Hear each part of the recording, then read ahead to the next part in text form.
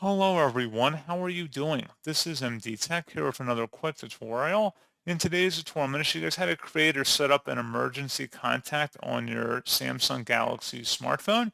So whether it's a Samsung Galaxy, a Google Pixel, or another Android-based phone, in today's tutorial I have you covered. And without further ado, let's go ahead and jump right into it. All you have to do is swipe up on the home screen and select the settings gear button. And then you want to go down and select the safety and emergency tile. And then you can select where it says emergency contacts. Go ahead and click on that. And then you'll be able to sign in to your Google account, or you can actually use it without an account. So if you selected that option, you would just go ahead and select the add contact button. And then you would enter in their contact information. And then you would select save. And that's all you'd have to do.